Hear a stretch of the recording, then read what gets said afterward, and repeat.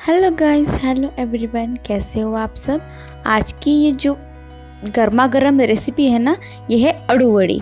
आज ना बाहर बहुत तेज़ों से बारिश हो रही है, इसलिए हमने सोचा कि आज हम अड़ू वड़ी बनाते हैं, मतलब अरबी के पत्तों के पकोड़े। तो चलिए रेसिपी स्टार्ट करते हैं। सबसे पहले हम ले लेंगे अरबी के पत्ते, जीरा, हल्दी, तेल गरम किया हुआ उसे ठंडा करके रखा है, अजवाइन, मिर्च पाउडर, नमक और चाट मसाला और बेसन। सबसे पहले हम ना बेसन का घोल बना लेते हैं। एक बाउल में 1 कटोरी बेसन ले लेते हैं, उसमें डाल लेते हैं जीरा,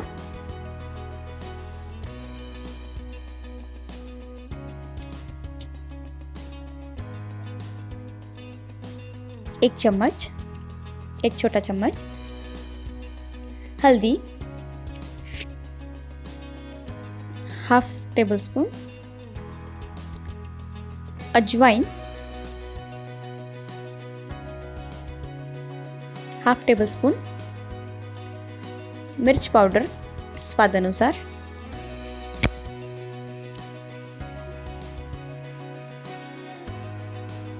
चाट मसाला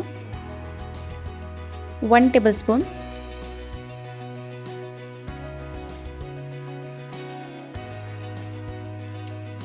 नमक टेस्ट के अकॉर्डिंग,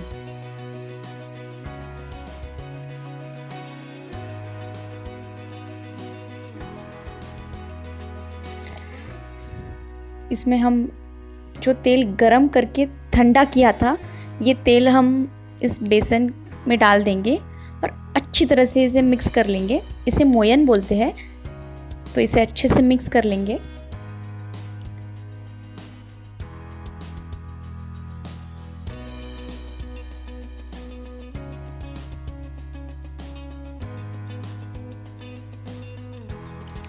हमने इसे अच्छे से मिक्स कर लिया है। अब हम इसमें पानी डालकर इसे थोड़ा सा भिगा कर रखेंगे। पानी डालकर भी हम इसे अच्छे से मिक्स करेंगे। हमें ज़्यादा पतला बैटर नहीं बनाना है।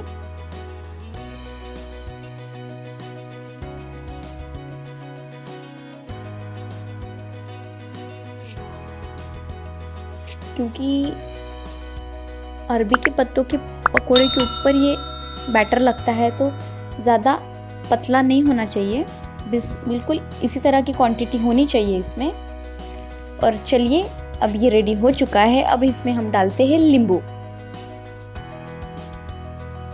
नींबू इसलिए डाला जाता है क्योंकि जो अड़ू के पत्ते होते हैं ना, वो गले में हल्के से दर्द करते हैं, इसलिए इसमें खट्टापन डाला जाता है थोड़ा।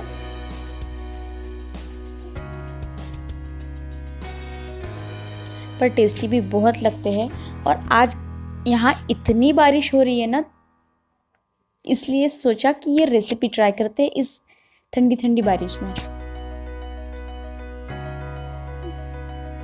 पूरा 1 नींबू डाला है।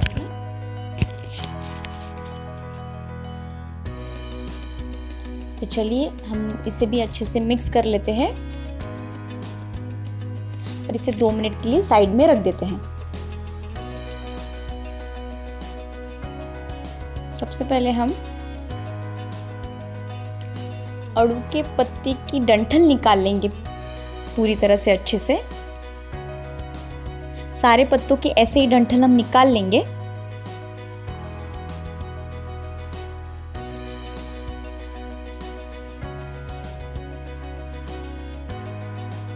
चलिए, इसी तरह से हमने सारे पत्तों की डंठल निकाल ली है।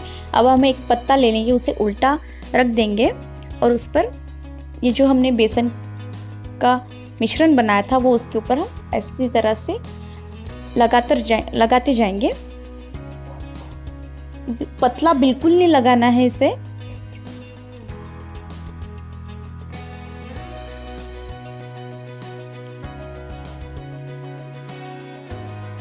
इसी तरह से दूसरा पत्ता ले लेंगे और इसके ऊपर भी हम बेसन लगा लेंगे।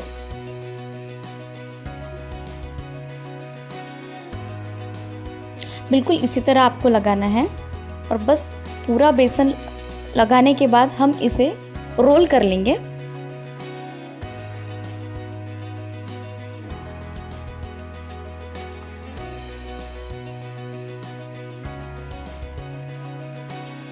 बिल्कुल इसी तरह आपको भी रोल करना है।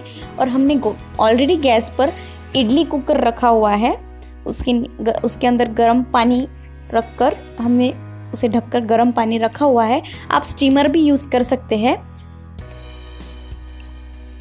तो देखिए हम इसे इडली कुकर में बना रहे हैं, आप स्टीमर में भी बना सकते हो।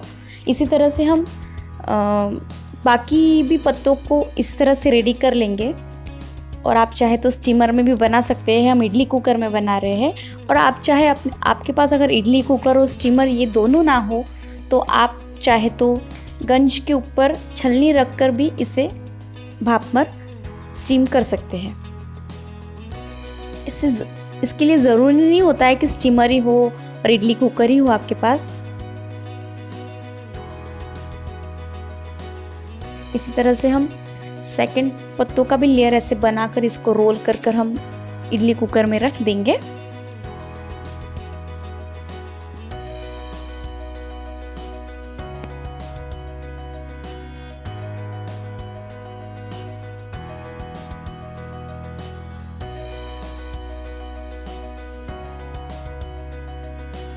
असं घट्टसर बेसन लावा लागते याला, असं सहज।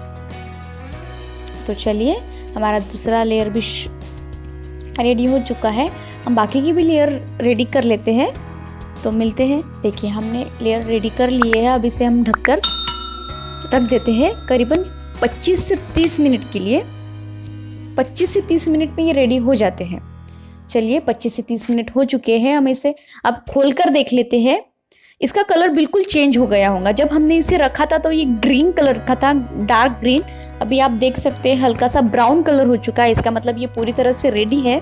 अगर आपको फिर भी डाउट लगता हो तो आप इसे छुरी लगाकर इसे आप चेक कर सकते हैं कि ये अच्छे से रेडी हुआ है या नहीं।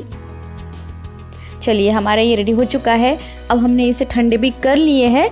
तो चलिए हम इसे कट कर लेते हैं गोल गोल राउंड शेप में।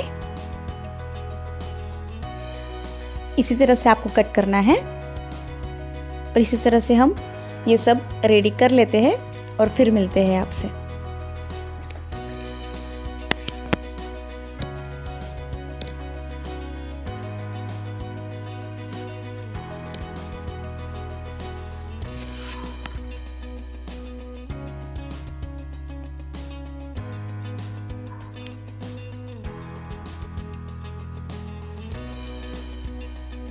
बहुत ही टेस्टी और चटपटी सी ये रेसिपी लगती है। और बारिश के मौसम में पकोड़े खाने का तो मज़ा ही कुछ और होता है। हल्के से ये टूट रहे हैं बिकॉज हमने कम पत्तों का लेयर बनाया था।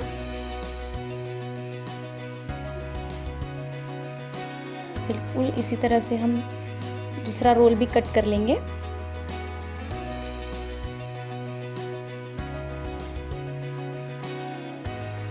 चलिए मिलते हैं हम अब किचन में। देखिए हमने किचन में गरम तेल रख दिया है कढ़ाई पर और हमने सारे रोल्स कट कर लिए हैं। तो चलिए अब हम चलते हैं किचन की तरफ क्योंकि तेल हो चुका है गरम। हम इसे करते हैं फ्राई। आप चाहे तो शैलो फ्राई भी कर सकते हैं, हम कर रहे हैं डीप फ्राई। आप चाहे तो शैलो फ्राई भी इसे कर सकते हैं। तेल अच्छी तरह से गरम होना चाहिए इसके लिए। एक बार तेल गरम होने के बाद ये 2 से 3 मिनट के अंदर पूरी तरह से बन जाते हैं, ब्राउन हो जाते हैं।